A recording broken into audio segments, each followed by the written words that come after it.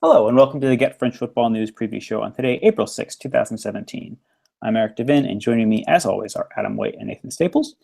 Before we look ahead to the weekend, we'll take a brief look back to the midweek Coupe de France matches, as well as some unsavory incidents related to the Coupe de la Ligue final in Lyon last Saturday. First, the news. The Coupe de France quarterfinals, amateur side Fréjus Saint Raphael gave Guingamp all they could handle before the Breton side eventually triumphed 1-0 on a goal from Alexandre Mendy on Tuesday. Tuesday's late match saw Lille travel to Monaco, and despite finishing with 10 men, Les Dogues turned in a combative performance, losing 2-1, Valère Germain's brace leading the way for the hosts. On Wednesday, a rotated Bordeaux side lost 2-1 to Angers, with Alexandre Letellier making a long-awaited return from injury in goal for the hosts. And the late match saw Paris Saint-Germain face off against Avranches, with the champions getting a brace and an assist from malcontent Hatem Ben Arfa de Cruz to a 4-0 win. Monaco will face Paris Saint-Germain, and Angers will meet Guingamp in the semifinals, set for the last week of April. Also in action midweek, Lyon played their rescheduled match against Metz and won 3-0 to move 7 points clear of Marseille in fourth, with Corentin Tolisso recording a goal and an assist in less than 10 minutes on the pitch. That's all the news for now. Do follow us on Twitter at GFFN and visit our website at www.getfootballnewsfrance.com for the latest news and opinion on French football. If you do like the podcast, please be sure to rate us on iTunes. So, gents, let's start with a quick reference back to the Coupe de la Ligue final. I'd like to talk not about the match itself, which was, as we know, a bit of a damp squib, but about the vandalism that occurred at the Parc OL as a result of Paris Saint-Germain's fans. Pictures from this had emerged early in the week, but French media have been a little bit slow to report this. There was an article published in the Keep this morning that had some pictures of the damage that include tagged seats, destroyed toilets, and we're still awaiting a verdict from the LFP, and they have not made their decision public on this. But I did want to read a couple quotes. This is from an LFP administrator, Didier Quillot, who had sent a letter to Jean-Claude Blanc, the general manager of Paris Saint-Germain. They were very upset. So Quillot says, significant destruction was committed in the sections where the members of CUP, that's a rather infamous PSG supporters group, were, and the restoration of the stadium will be charged to your club. It's somewhere around the $100,000 mark. There are also 61 smoke pots lit during the match. The lack of intervention on the part of your security team was deplorable. So, certainly no punches pulled there from LFP representative Keogh. And I guess what I wanted to ask you guys is this something that PSG had been asking for in terms of bringing back in these groups of ultras? Is this an issue that was, this is the first major event, barring the Euros, for the Parc OL, the first event that would have fans that would be necessarily hostile. Just trying to get a general take on this. What went wrong? What could have been done better? What does this mean for PSG? I mean, the article in L'Equipe goes on to say that there have been sanctions levied against the likes of Metz, Bastia, and Marseille this season, and it would look rather poor on the part of the league were they not to sanction PSG, at least beyond a fine equal to the amount of repairs that Lyon are facing at the Parc OL. Adam, we'll start with you.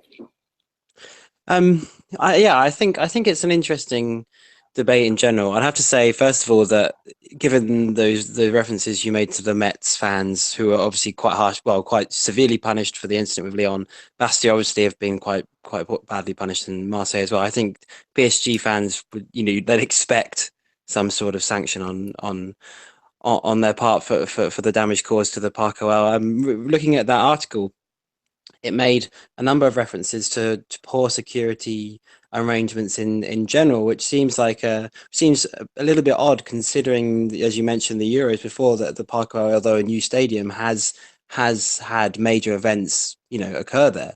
So you would have felt like the measures would have been in place to sort of pat down incoming supporters, both from their point of view and perhaps also from Paris Saint-Germain's point of view, because that article also mentions that they regularly, on away trips, Paris Saint-Germain fans are searched before they leave on coaches to away games. So you imagine that the security measures to prevent this kind of behaviour would have at least partly been in place. So it seems like an odd situation that they've appeared to have been relatively lax this final, but given it was such a showpiece event, two of the two biggest teams in France, two best teams anyway at the moment, playing off against each other, you would have thought that this was a high risk game. The French authorities are very keen in general to be very sort of strict and officious in terms of marking games as high priority, and they'll happily ban travel of fans to games they deem high priority, often run-of-the-mill league games. So you would have thought that a big final between two big teams would have been, quite high up in their list of priorities in terms of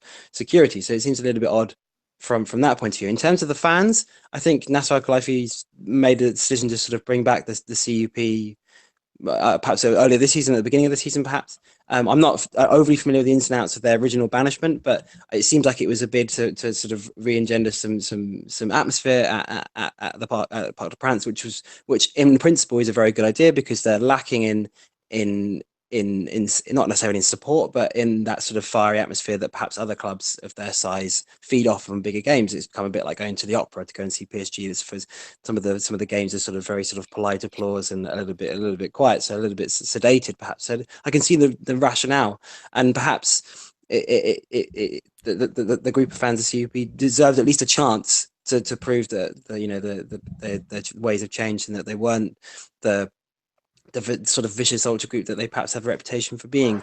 And this is the first real chance they've had to perhaps show that they're not.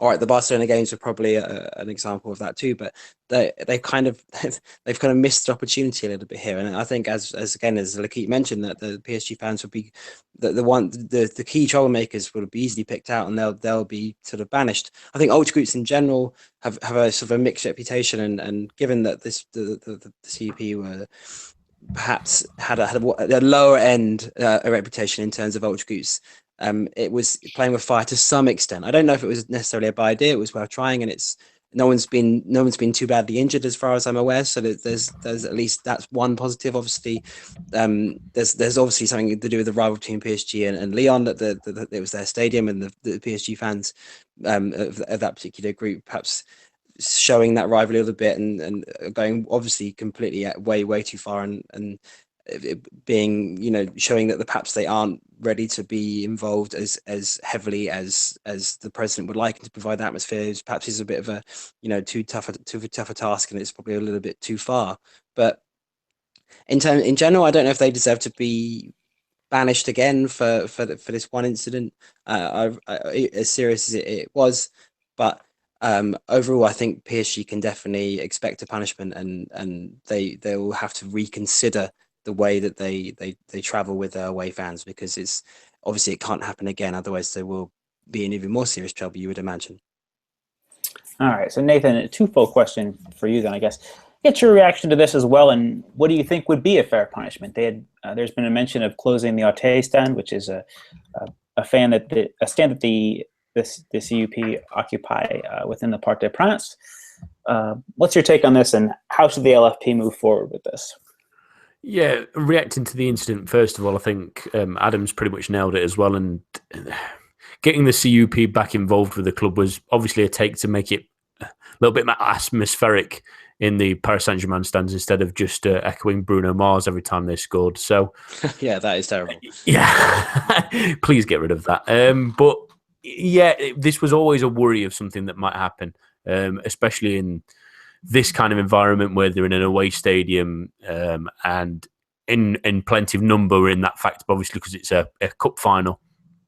But there should have been more security measures both ends, from both when they were leaving Paris, at Lyon as well. Supposedly, the CUP quoted saying that they weren't properly regulated and there was ticket issues and all the sorts. But so it's a lot of spitting fire either ways, and you're never really going to get a solution. But there's a lot of things that should have happened that didn't. And I think, coming on to the second point, really, it was well made in the L'Equipe point that Metz and Bastia have been punished for differing reasons of fan issues, but mainly in their own stadium. And I think that, in all honesty, I think that shutting that stand where the CUP tend to be in the Parc des Princes is probably the best option. There's not going to be a fine equal to what we've seen at Metz or Bastia. Will be right thing. It's not really going to affect Paris Saint-Germain an enormous amount. The important thing really from this and from all these incidents that we talk about is identifying those people that make the wrongdoing, making sure they stop coming to football games, because the amount of damage that was done to the stadium is unfair, especially to those travelling fans this weekend. I think, is it Lorient going to Lyon this weekend? Correct. Yeah, so there might be facilities that aren't quite ready. It'd be great if they could be, but at the same time, that in smaller clubs, if this was something that happened at someone like a smaller club like Lorient or Metz or Bastia, then a team had done this, then they'd be outraged because it wouldn't be fixed in this quick amount of time that luckily Lyon are afforded.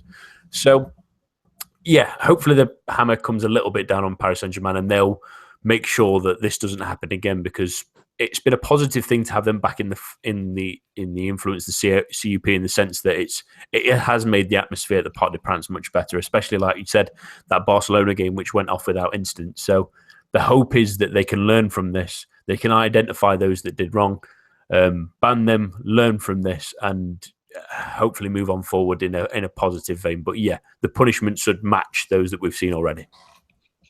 Certainly, we would hope that the LFP can distinguish, and PSG can distinguish as well, the difference between fans and those who want to wreak havoc. It's certainly a frustrating situation to see. I'm not approaching this with any sort of Leon Homerism, but this does need to be dealt with, especially as PSG,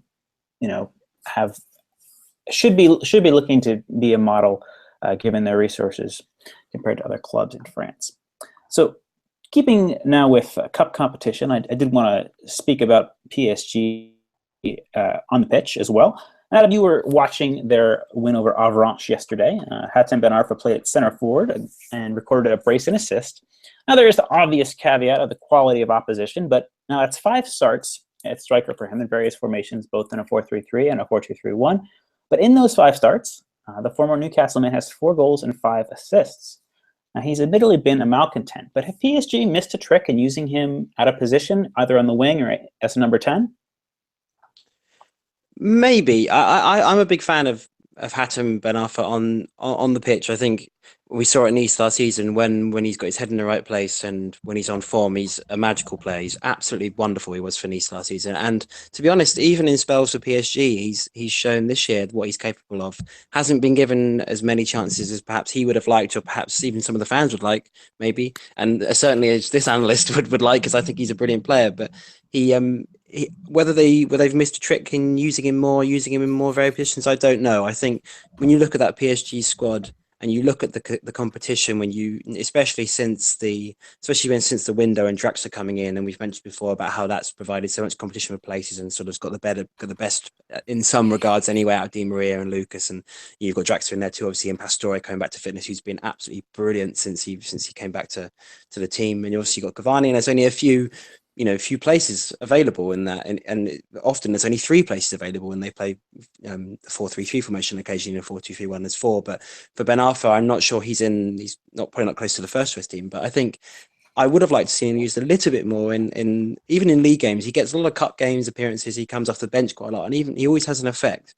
So perhaps given Cavani's form in the last perhaps 2 months, 3 months, where he's really been on form, it's understandable that he hasn't been used as much. But over the course of the season, I think he has deserved more chances. And Emery's been, at the beginning, he left him out of squads, and he doesn't trust him to play wider positions because he doesn't think he's got the disciplines. He's been used attacking midfield and as a striker. So I think there's a lot of caveats to whether Ben Arfa's minutes on the pitch have been adequate enough or not. But from the player's point of view, and certainly from the fans' point of view, you'd like to see him used more. I think he can be effective. Obviously, you mentioned that Avranches are a 3rd division team and a 3rd division team out of form as well. And I thought they actually played very well for Spurs yesterday in losing 4-0. And so there is a caveat to that Ben Arfa performance, which was really good. But I think he's definitely he's an enigma, isn't he? He's someone that can produce something out of complete nothing that no one will expect. And there are very, very few players like that in the league. And perhaps introducing him in games that are tighter slightly earlier on, starting him in games where perhaps they need to rotate players a little bit more. And I think that will keep the player happy. He'd be less of a malcontent, and they get more out of him. So I think over the course of the season, yeah, he's been underused. And going ahead after the performance, admittedly against the third division team, I think maybe Emery will maybe reconsider a little bit that he could use him in perhaps more situations than he may have wanted. Whether he's going to be as good on the wing, I think he's actually better in a central position, is open to debate. But I think he's a viable second choice striker for PSG. All right. So Nathan, addressing that to you, I mean, Adam had mentioned there's sort of the competition for places, but I guess how I'm approaching this question is using Ben Arfa as a backup striker. We've seen Jean-Kevin Augustin be given a handful of chances, but he's been pretty disappointing. I think, particularly about that match against Niort earlier in the Coupe de France, he was really disappointing there. Hasn't really taken to it. But Ben Arfa, again, he's had his issues, but I think given the potency he has, I think has quite a bit of value both this season and going forward to be a genuine reserve striker. I mean, Cavani is 30 this season. Can we really be expecting him to, especially given how hard he plays in terms of his running, can we really expect him to be playing 50 matches this season?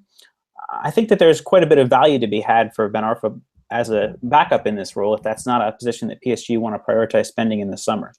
I just wanted to get your take on that, and also if you think not only does he have a place for the future in PSG, but if he did go, what sort of destinations he could be looking at? For the rest of the season as a backup striker, I think it's a really interesting role for him. The only issue I have really against bigger teams is it does change the way PSG will play, because obviously he's not a central big target man like striker like Cavani is, even though he does work the channels and does have excellent work rate. He is predominantly within that 18-yard box area. That's where he operates the most. That's where he gets all his goals. That's where the focal points will come from, whereas Hatem Ben Arfa will tend to drag himself out of those areas to try and find the ball, to try and dribble within exciting areas and bits like that. So it would change the way they play, so that I don't think it would be great for him to be a backup striker in the sense of playing too many games, especially with us being so far in the end of the season. I don't think that it'd be too much of an issue, but he's a good option to have on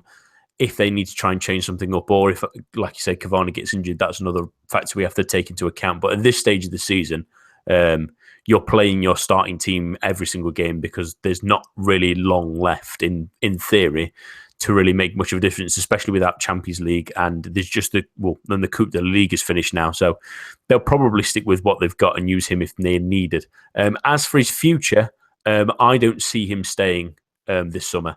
I also don't see him staying if he's offered something like a backup role as a striker, because even with the clubs he's been mentioned with, I know Barcelona's been mentioned, there's been other clubs as well.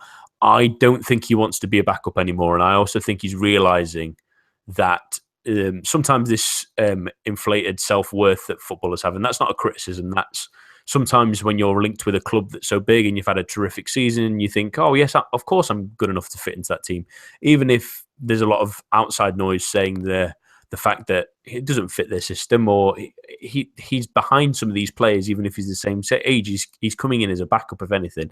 Players have that worth of, I'm being linked with this club, so I must be good enough to start for this club on a regular basis. I think it's a little bit of a reality check in the sense that his season with Nice was absolutely sensational. He's probably not been gifted enough time at PSG, in all honesty, but at the same time, does he really want to stick by and probably be a backup to these players like Di Maria and Draxler, who've cost a lot more, are younger as well, and also fit their system a little bit better, and Pastore as well, if he wants to play more a centre attacking role? I don't think he does. So what I would like for him to do, whether this will be the case, is try and find that club, if he can, that will give him that starring role, that will give him that 30, 40 games a season he's seeking, and that pleasure of what happened at Nice in that season. I think that shouldn't be lost on him, hopefully, when he's thinking about this come the end of the season. And hopefully, if it's in Ligue 1, which I doubt, it would be great, but some club will hopefully show him the appreciation and the seeming love and embrace that he really needs to blossom as a footballer, because he's only really had that on fleeting occasions, and it's such a sad sight to see someone who's so talented and can make such a difference be a bit part player in a big team. Yeah, Ben Arfa, of course, part of that supposedly cursed class of '87 alongside Samir Nasri and Karim Benzema. So I have to agree with both of you. I also do think he's a fine player, and he showed that last year playing in that Diamond 442 at Nice, that he certainly has a lot to offer to a club that maybe isn't at the very top level, but isn't in the fringes of European competition. And I'd like to see him get a move where he can get more of an opportunity. So let's also take a minute briefly, Adam, to talk about Bordeaux. They rotated their side in attack, and their front three they changed out. And they also at left back with Nicolas Palois being used instead of Theo Pellinard and Diego Contento. Palois, of course, as we know, is not an orthodox left back by any means. Mm-hmm. We saw him get done on the break for Angers' opener. Adam, can you defend Jocelyn Gourvenec's choices, especially with a real chance at silverware here? Yeah, I think you can. I wasn't surprised to see Menez, Unas, and Diego Roland start ahead of Camano, Malcolm, and Gayson Laborde in that front three yesterday. I think, given those 6 players that I've just mentioned, they've got a lot of options in attacking areas, and Jocelyn Gourvenec has overall at least in the last few months, really started to find a way to get the best out of them, and that means perhaps using the 3 that Elisa's first choice that perhaps weren't first choice at the start of the season, with Menez being a marquee signing and Roland being an international striker who's got goals in the league before, and Camano and Malcolm perhaps being younger players coming through, and Laborde as well. They were it was almost the opposite way around at the start of the season, but those 3 players, Camano and Malcolm in particular, and Laborde's got a brilliant goal at Nice last Sunday as well, that they've really broken through into the team and made that position their own. But that said, you have to say that the reserve 3 almost now, if you like, of Menez, Unas, and Roland are 3 very, very good players. And given that Bordeaux is kind of it's almost like their sort of stated ambition this season is to get back into the Europa League, get the money spent on, well, not the money, but the investment made in sort of wages, at least for Toulon and Menez to come in the summer. They would have expected to finish in the top 6, and they would have expected the Europa League place, and they have to get that one way or the other. I think that's Gourvenec's remit. So it's whether you prioritise the league or the cup, and given what they're 5th and they're in sort of 5th or 6th at the moment, and they're very much in the race for that final Europa League spot, in 5th at the moment as it stands, or probably 6th if somebody else with PSG or Monaco win the cup, which is pretty likely now. They're in 6th with 46 points, Marseille in 5th on 47, Lyon 4th on 54. That they kind of should prioritise the league, because that's more likely to get them back into Europa League and achieve their aim, which is their aim. I know that silverware's brilliant, a final would be wonderful, but I think perhaps that is secondary in terms of a return to Europe from the club hierarchy point of view. So I think he did the right thing. Those 3 players are very good. They didn't perform on the day. Camano and Malcolm came on and made a difference. In terms of power, it's ridiculous that he was used at left back. It's absolutely insane. He's just not got the profile of a fullback. I don't know, because you mentioned before, like, Sang-Yol used him there a few times, and it did not go well. To see him line up there yesterday, I was like, especially with the pace that Angers have got on the wings, you would have thought this is suicidal.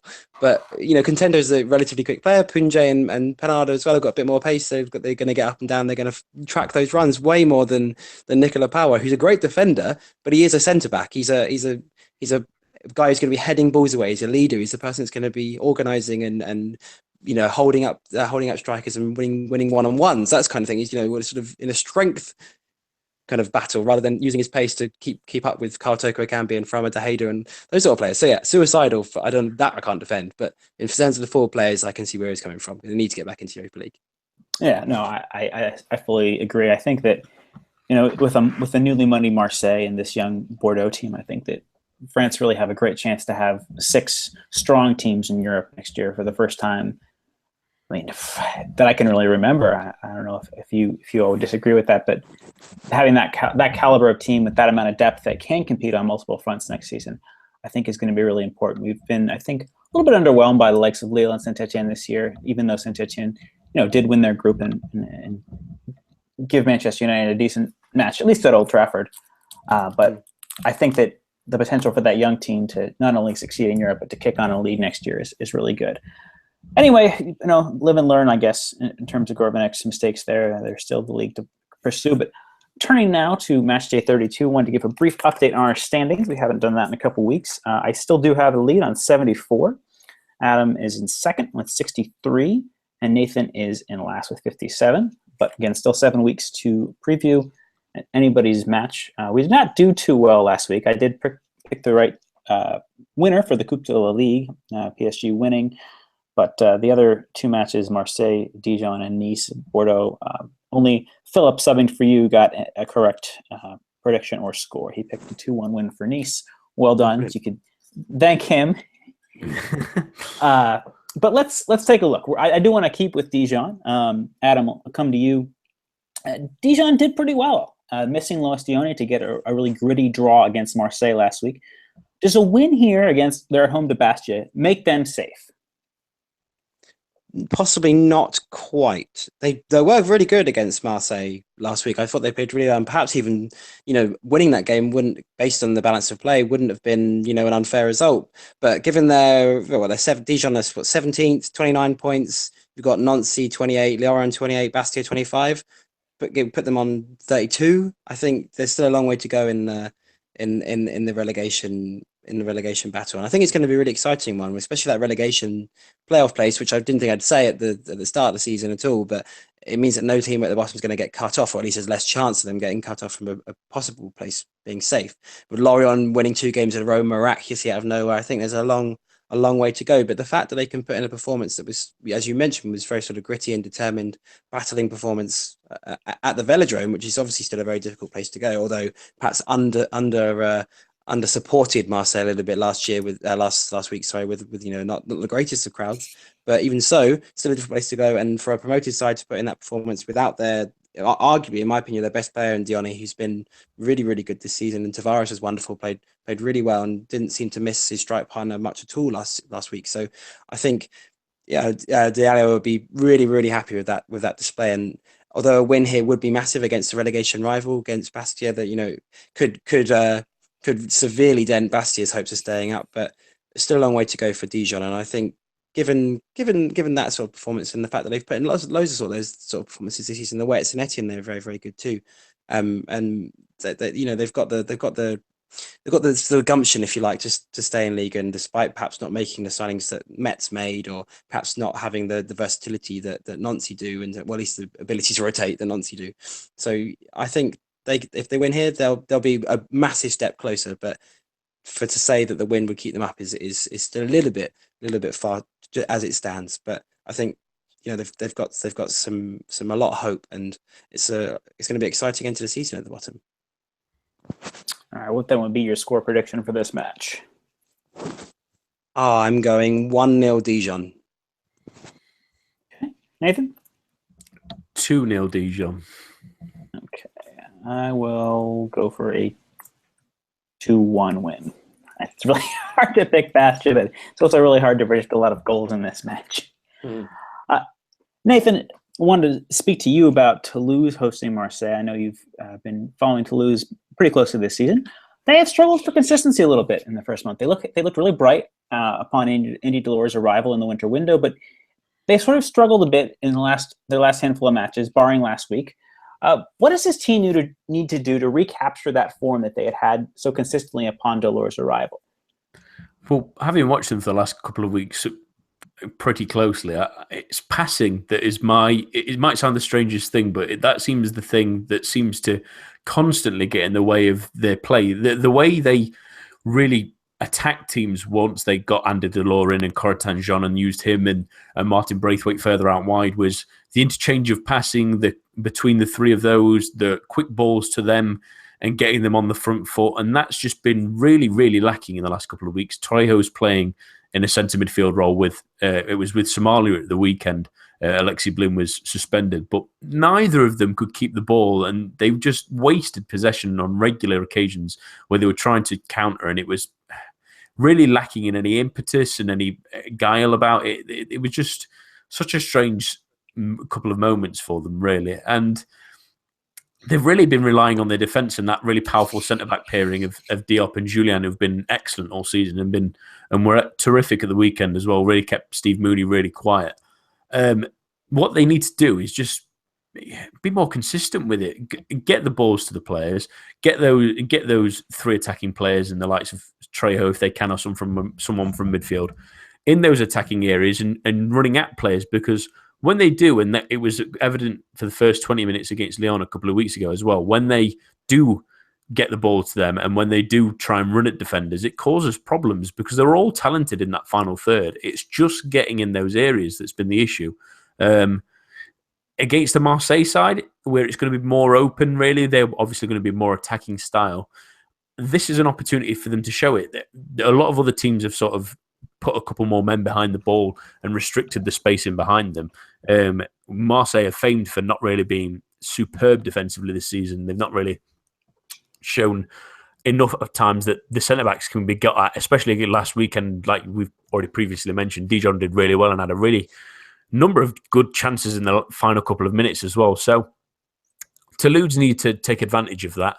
Hope that they can build off this solid defence as well that's really kept out a number of different teams. Mathchday was excellent at the weekend. Again, it's another good game he's had. So having someone like that on Thauvin or Payet will be a massive bonus for them. But they just need to get all these pieces that they've got and click them together. That's all that needs to happen. Otherwise, it's just going to stick and muddle as the mid-table side they've been at the moment. I don't think they're going to get any further up the table. I also don't think they're quite going to sink further down. But the positive needs to be that if they can get some consistency between those defensive strengths and the attacking issues and fix that a little bit, there's a platform certainly to build on for the future if they can maybe get someone who can replace Jean in that right midfield role as well and stick with the players that they've got. They've got a real solid foundation for something next season. I mean, perhaps even keeping Jean is not out of the question either. I don't really see that he has a path to the first team at Monaco, even if Bernardo Silva were to leave, given the likes of Alan Saint-Maximin also returning on loan and Ronnie Lopez as well. Could be something to be said for that. So what would be your prediction then, Nathan? I think this is going to be a really interesting game. I'm going to go with a 1-1 draw, though. Okay. 2-1 Toulouse win. I have to agree with you. I think they looked pretty decent at the weekend. Marseille, I think Muhammad Ali just had posted a little thing about the number of clean sheets they've kept on Twitter. But I have to agree with you, Nathan. I do think there's something of a smoke and mirrors approach to Marseille's defending. Adam, what would be your score prediction? I think it'd be a draw as well. I'm 2-2 possibly. I'll be optimistic and say 2 each. All right. Adam, sticking with you, let's turn to Saint-Etienne hosting Nantes. Now, Les Verts do have a game in hand, but were not to win this match, they would go level on points with Saint-Etienne. A very surprising turn of events considering where Nantes were earlier in the season. Now, Précieux Nakuma is the player I want to address this question to you about. He now has 4 goals for Nantes in the same number of starts, and he has faced some criticism from benefiting from Poacher's finishes, particularly from his brace at the weekend. But for you, what has this Burkina Faso international brought to Sergio Conceição's side that is so different and so vital compared to the likes of Yassine Bamou and Marius Stupinski? I think he's been brilliant. I have to say, I know that some of his goals have been a little bit fortunate, but there's nothing wrong with Poacher's finishing. I think they all count as the old adage goes. So I think fair play to him. I think he's been in the right place at the right time, and he's taken his goals well. In terms of what he's brought, I think he's brought power and strength, which Yassine Bamou and Marius Stupinski, although Stupinski's a good finisher and Bamou's got a bit of pace about him, I think that there's so much to contend with about Nantes' forward line now with him and Salah together. There's such a handful together. One of them on their own would be, but Nakuma's got so much strength, and he bullies defenders, and he chases lost cause, he chases everything down, and he's a really good foil for Salah. He kind of plays off him. Salah's perhaps more of the focal point, and Nakuma's really good at sort of harrying defenders and just giving them something to think about almost. I think he's been absolutely brilliant. I know that for speaking to our Turkish analyst at Football Radar, that when he was at Kayserispor, he was always sort of talented, but he was very much in and out. Like some games where he could be bothered, he was absolutely brilliant, and a lot of the time he was a little bit he looked a bit anonymous because he wasn't too interested. I think moving to Nantes, he's kind of found his level almost. He's found his place. He thinks this is sort of a big opportunity for him, given that he's 28, 29 now. So he's sort of come out of nowhere a little bit, but I think he feels like he wants to show what he can do, which is why he's been so brilliant in the last 4 starts that he's made.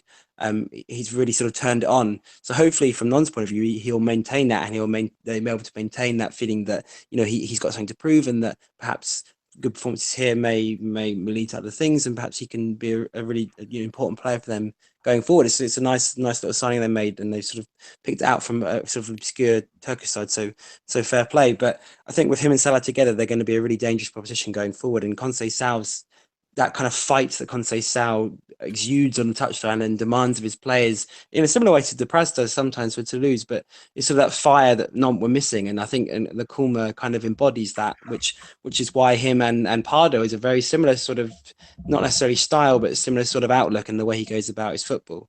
The two of them together have added that sort of that fire that Conceição demanded when he turned up. He sort of treated his players like sort of school children. Adam? Sort of a bit. Hello? Yes? Hello? Yeah, I can still hear you, Adam. So if you... Okay. That must be on mine. Go ahead, Adam. Sorry about that. Sorry, that's my bad. I feel like he's sort of got the best out of those two players and really added that sort of the fire to the team that they were really lacking. So him and Salah together, a really tough proposition with the team playing really well and the team really motivated by Conceição. Who knows? They could push for that sort of end of the Europa League places. I don't think they'll make it, but it's not beyond the bounds of possibility that coming into the last couple of weeks of the season, if Nakuma keeps scoring goals and keeps interested, then who knows? They could be with an outside shot. So a difficult position in attack now, and I never thought I'd be saying that given how many goals they've scored in the last few years, but it's still looking up for them. Yeah, I think that we've been able to recover now from the styles of Mikel De Zakarian and René Girard. And I think that Nakuma is really carrying on from some great form from the Africa Cup of Nations. And, there was something of the offside to each of the last two goals he'd scored last weekend. But as you say, they all count, and, some fine margins have gone against him as well. So I don't think we should discount his contributions. And if Not can keep this team together, I think they're looking really good. For the match, I'm going to go with a 1-0 win for Nantes at Saint-Etienne. Adam, what would your pick be for a score? I'm going to go for the classic Ligue 1 1-1 draw. Okay, and Nathan? 0-0. 0-0. All right, Nathan is not so optimistic about Prayus Nakuma's good form continuing. Finally, let's have a look at Gangomp's trip to Paris Saint-Germain. Now, the Breton side had recorded a really impressive win over the Parisians in December. And they've shown more in attack. They've switched to, with the return of Sloan Privat and Alexandre Mendy, they've been using two center forwards of late. Is this the way forward for Antoine Camboire's side, Nathan? And is that enough of a proactive approach to become the first team to win at the Parc des Princes this season? It's an interesting one. Whether they stick with that formation going to, obviously, the Parc des Princes is another question entirely, but having Sloan Privat come back into the side, it is quite an important thing for them because it does give them another option, like trying a 4-4-2 out, which they did at the weekend, especially when they've been a bit stuck in a little bit of a rut since the turn of the year, really, where they've really struggled to maintain form. They had an awful January. They didn't have much of a better February, in all honesty, other than the win against Lyon. And then March has seen a little bit of an upturn, but a win against Bastia is relatively simple for most teams at the moment, and a heavy defeat to Angers really brought them back down to earth. But yeah, it's an interesting one that they've tried to mix it up a little bit with Privat and obviously someone like Jimmy Briand meeting him up front, and then Coco and Saliba as the wide men, really. It gives them a different option now that really they've been struggling to create. They've been struggling to consistently get goals, really, other than little deflections, and they've not really had someone be a bit of a talisman. So I actually expect them probably to shift back to a 4-3-3 at the weekend and possibly put Sloan Privat as the main man up front with Briand moving back onto a wing, and possibly one of Coco or Saliba operating the other wing, just because it will give them more solidity in the midfield with Dido and although he wasn't even on the bench, Mustafa Diallo at the weekend, that someone like him back into the midfield maybe to add a little bit more security. So if they do want to go for it, which they're in a relatively safe position in the table, and they've not really got too much to play for other than if they've strung together a load of results, they may maybe make a very, very late run for European football because they're not a million miles away. Obviously, they're only 3 points behind Saint-Etienne. Then maybe go for it. There's nothing really to lose in this kind of game, especially with Paris Saint-Germain obviously still having recovered from the Coupe de France, although obviously a lot of players were arrested in that game. So it might be quite interesting for them to try and use this 4-4-2 and see how it does work against these bigger sides as well as it did against Nancy, because that can sometimes be a little bit of a misnomer of being Nancy not being an incredibly attacking side this season, which might be understating it slightly. They could be a bit more risque. And also, obviously, with them being a man down quite early on as well, it does assist them in that sense. So it's been nice to see them try and change something up. I thought they got stuck in the rut, and the 4-4-2 didn't work early this season when they tried to put Coco up front next to Brion instead of someone like Privat, who does give you a different option as a striker. So yeah, I'd quite like them to see them try it, but I think Cumbare will be a little bit more secretive, maybe try and get a point and something like that, because it's just as valuable, really. But I'd like to see them be a bit more adventurous at this stage of the season where they are. Give it a go.